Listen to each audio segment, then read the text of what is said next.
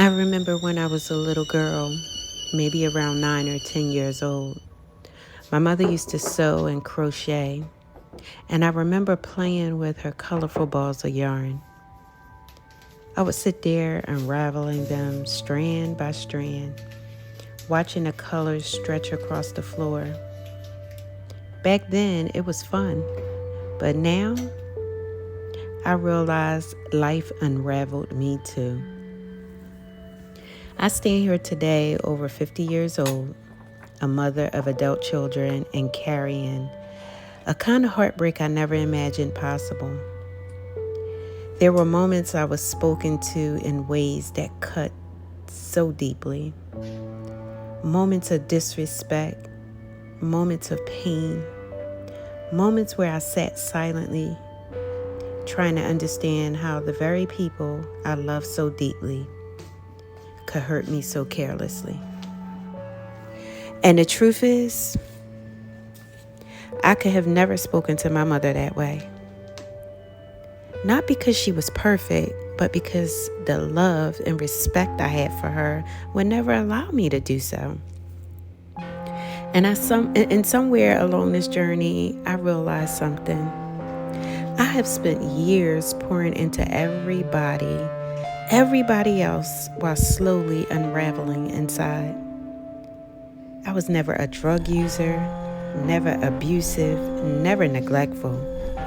I loved, and I mean I loved my children so much, at times I may have smothered them. I tried to teach them how to cope with pain, how to survive stress, how to handle life when life gets heavy. Even as adults, I still ran to their rescue, trying to help carry their burdens. But somehow, I became the place where frustration landed. And I have to admit, that pain changed me. It hurt so bad. In fact, it hurt me so deeply that I wrote a book, The 4 Languages of Love That Heal Mothers and Daughters, because healing matters to me. Understanding matters to me. Respect matters to me. But now, for the first time in my life, I truly mean when I truly mean it. I'm letting go and letting God. Not just saying it, I'm living it. And what does healing look like for me now? It looks like choosing peace. Yes, choosing peace, choosing boundaries, choosing rest, choosing me, choosing God. And so today, I honored a woman who survived the unraveling, because maybe God had to unravel me to rebuild me differently.